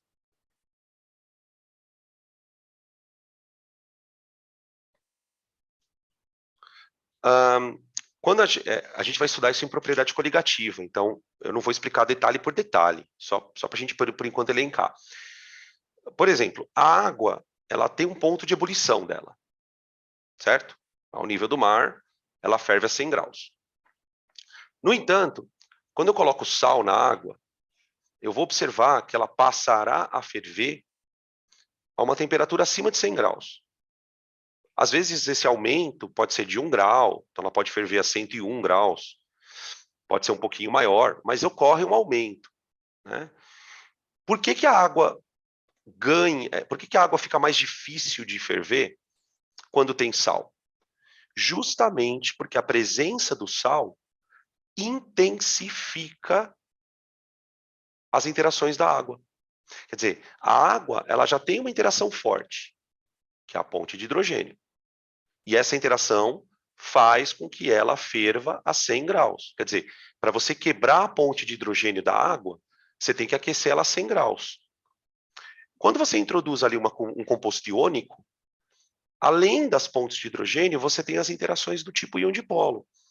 Então, quer dizer, a água, que já era já tinha um ponto de ebulição alto, ela vai ter um ponto de ebulição maior. Então, a primeira consequência é o aumento do ponto de ebulição da água, do PE, ponto de ebulição. Tá? Isso tem um nome na química. Esse aumento do ponto de ebulição é chamado de ebulioscopia.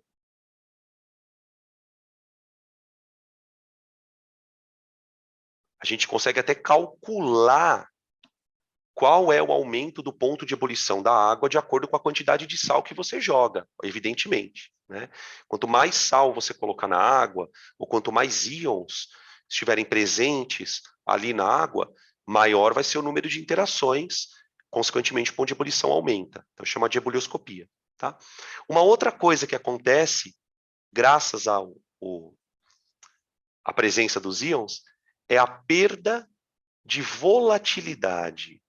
A água fica menos volátil.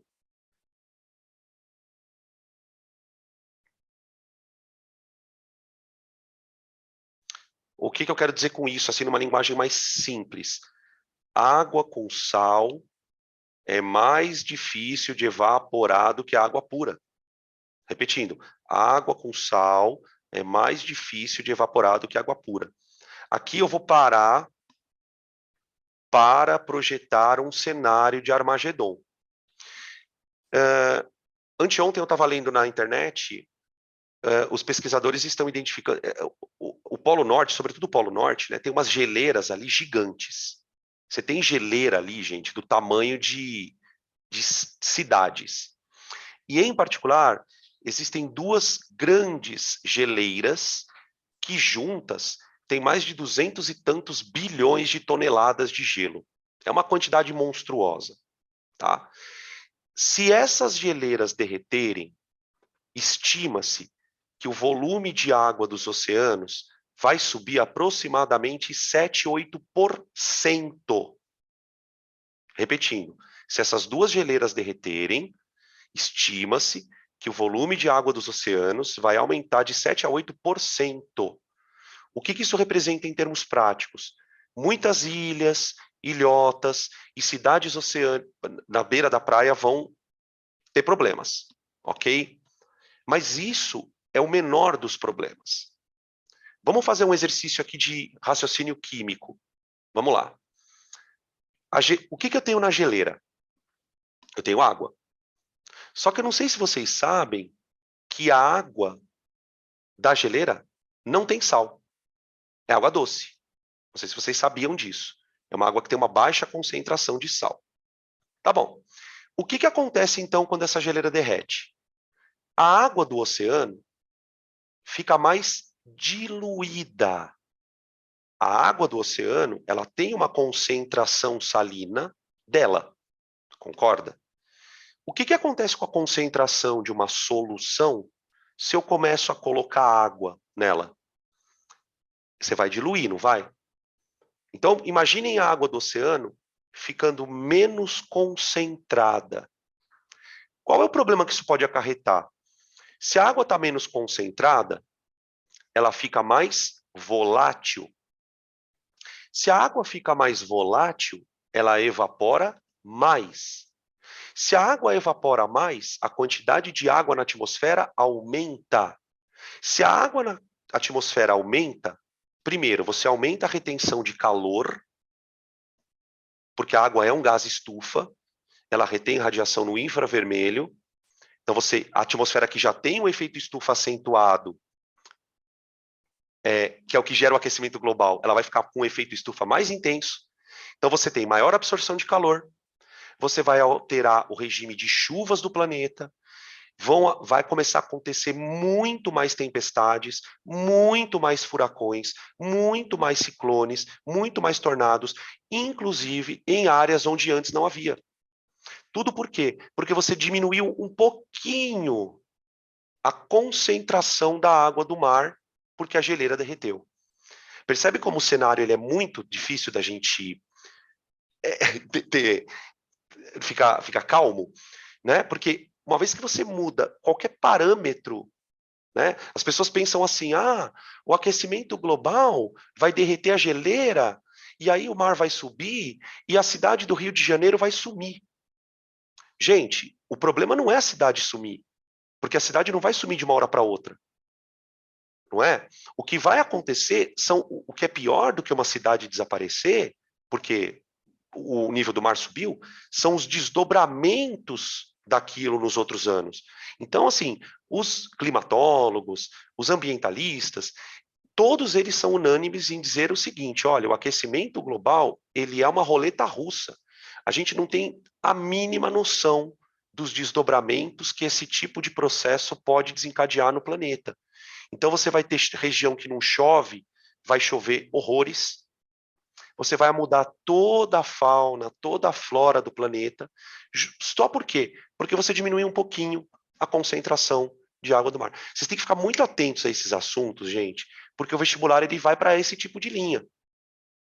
Então o cara que vai montar a questão do Enem, ele está lendo o jornal e já olha para a questão e fala: opa, isso aqui vira uma questão de Enem.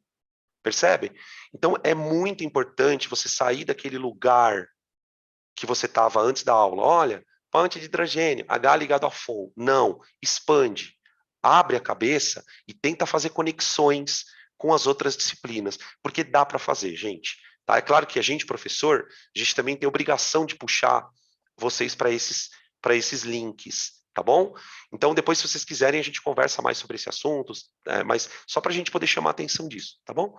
Outra coisa que surge, né, que falaram agora há pouco, a osmolaridade.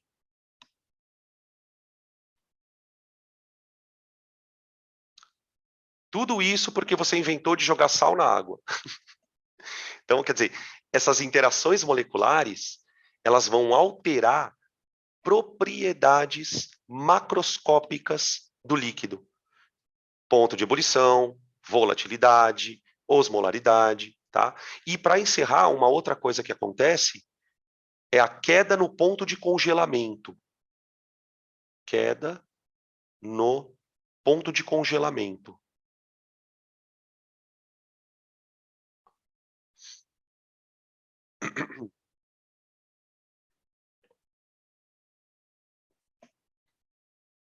Tá?